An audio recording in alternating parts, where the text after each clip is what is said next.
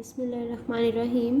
अस्सलाम वालेकुम स्टूडेंट्स, आज हम पेज नंबर 42 पर घर से बाहर जाते वक्त की दुआ और घर में दाखिल होने की दुआ पढ़ेंगे।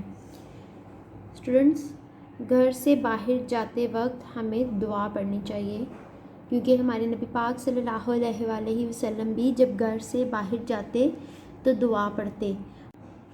और इस दुआ को पढ़ने का फ़ायदा ये है कि ये दुआ पढ़ने से हम अल्लाह ताला की हिफाजत में आ जाते हैं, यानी अल्लाह ताला हमें अपने हिफ्ज़ व अमान में रखता है। चलें स्टार्ट करते हैं। घर से बाहर जाते वक्त की दुआ।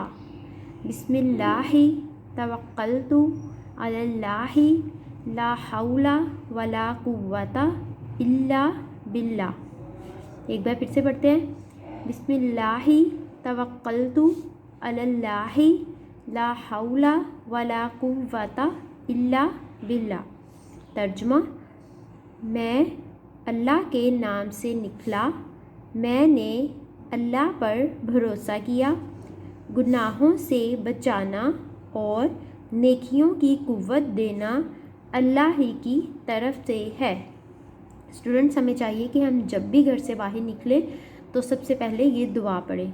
नेक्स्ट, घर में दाखिल होने की दुआ।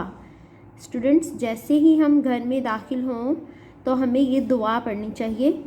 अस्सलामु अलैकुम वरहमतुल्लाहि वबरकातुहू। तर्जुमा, तुम पर अल्लाह की रहमत, सलामती और बरकतें हों। स्टूडेंट्स, जब हम घर में दाखिल होते हैं और ये दुआ पढ़ते हैं तो इसका मतलब ये कि हम सलामती पेश करते हैं अपने घर वालों पर। आज के लिए इतना ही। अल्लाह हाफ़िज़।